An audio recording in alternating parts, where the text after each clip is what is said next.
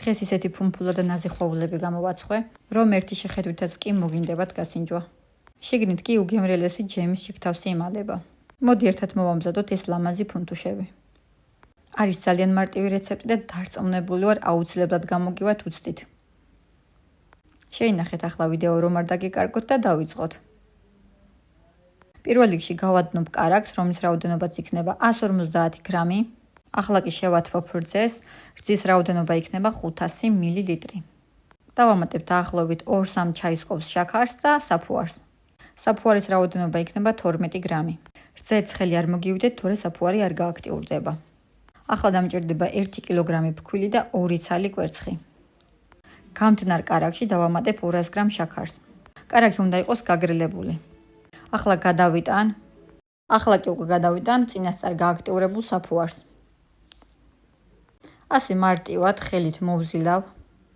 უმარტივესად იზრდება, არც ძალიან ბევრი წვალება არ სჭირდება ცომს და სულ ბოლოს ძალიან ცოტა ზეთით გადავზილავ.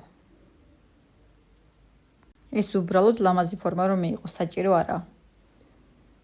ახლა ცომა უნდა დაისვენოს დაახლოებით გაორმაგებამდე. აუცილებელია რომ ცომი კარგად ამოვიდეს.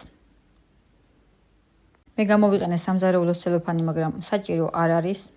ახლა უკვე ჩემაცომა როგორც ხედავთ დაისვენა. გადავიდან სამუშაო მაგიდაზე და უკვე დავყობ სასრულ ზომებზე.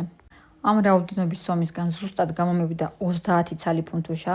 ჩემ შემთხვევაში თითოეული გუნდა იწონის დაახლოებით 60-65 გრამს და საკმაოდ ნორმალური ზომის ფუნთუშები გამოდის. ფორმებს რომ მივცემთ, ამის შემდეგ ცოტა კიდე დავასვენოთ ცომი, დაახლოებით 10 წუთი.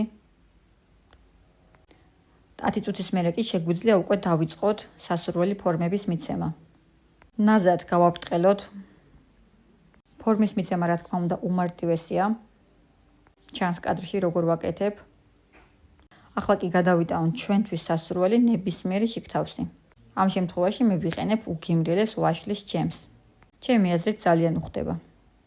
გვერდებიდან მჭიდროდ შევკრათ, რომ არ გადმოვიდეს ჩვენი შიგთავსი და უკვე ასე მარტივად გადავახვიოთ. და მივიღეთ ძალიან ლამაზი ხვავილები. ამ ფორმების მიცემის შემდეგ აუცილებლად ცომი კიდევ უნდა დავასვენოთ დაახლოებით 20 წუთი. ასე იქნება ძალიან ფუმფულები. თავზე უკვე შეგვიძლია გადავუსვათ კვერცხის გული და რძის ნაზავი და გამოვაცხოთ წინასწარ გახურებულ ღუმელში ზედა-ქვედა წვით დაახლოებით 200-230 გრადუსზე. როგორც ხედავთ, მე უკვე დავასრულე, ყველა ფუნთუშა მზად მაქვს და ახლა მხოლოდ დაგემოვნების დრო დარჩა. მოკლედ სულ ეგ არის. თუ მოგეწონათ ვიდეო, არ დაგავიწყდეთ, რომ სხვასაც გაუზიაროთ. თუ რამე კითხვა გაგიჩნდებათ, მკითხეთ, აუცილებლად გიპასუხებთ ამომწურავად. ახლა კი უნდა დაგემშვიდობოთ, მადლობა რომ მოყვრეთ, წარმატებული და ბედნიერი დღე მინდა გისურვოთ ყველას.